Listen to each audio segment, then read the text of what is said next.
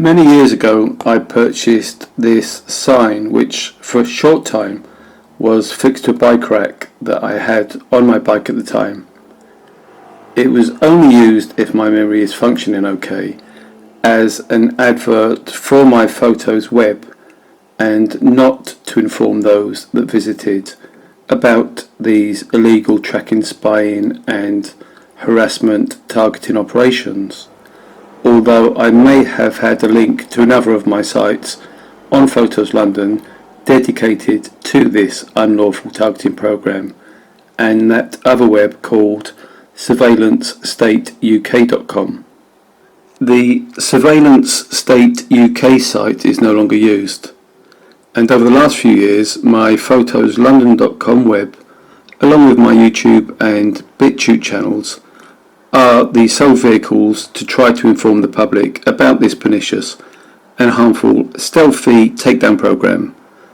And it has to be said, my photos web has been a roaring failure. Seeing the message outside our block, which by the way is still there some 6 or more weeks later, has prompted me over the last few weeks to use the car as a means to communicate the fact of the police state I and others live under. I made this sign using some carpet underlay that I'd left over, and as you can see it's prominently displayed behind the windscreen. I have another similarly sized sign in the side window too. Even if you're not particularly interested in photos, you think that at least one person walking past would check the site out on their phone or tablet. Here's my stat counter stats for visitors to my web over the last week or two. Not one person has taken the trouble to visit and potentially make 175 quid. On the subject of my targeting, I was riding to the car a few days ago for my sleepover, as I do every night, and I was at least 1 mile away from the flat when I heard what sounded like some abusive words being shouted.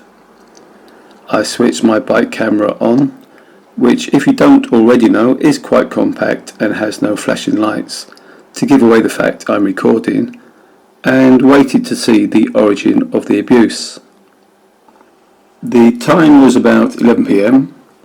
To my left, a small group of, I'd say, younger teens came into view. Immediately I heard a boy say, "You are the weirdo." I then pretended to go to the one open shop that they seemed to be headed, and I'm fairly sure other abusive words and possibly a threat was also issued. You can decide for yourself whether you also hear the threat, but there's no doubt "you are the weirdo" is initially said. There's a travellers or gypsy site very close by to this location, and maybe they were from there. Possibly sensing I might potentially be dangerous, one of the boys extends his hand to me as a kind of high-five gesture, but using a knuckle to touch instead of his whole hand. I decline this generous peace offering, which is where the other cyclist mentions Tier 5 and the Corona.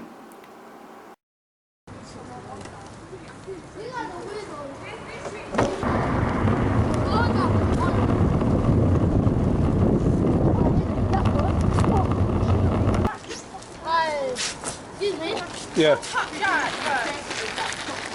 Nope. It's tier 5, you can't touch me. Corona! Yep, Corona. He's trying to take young kids to the back of the shop, trying them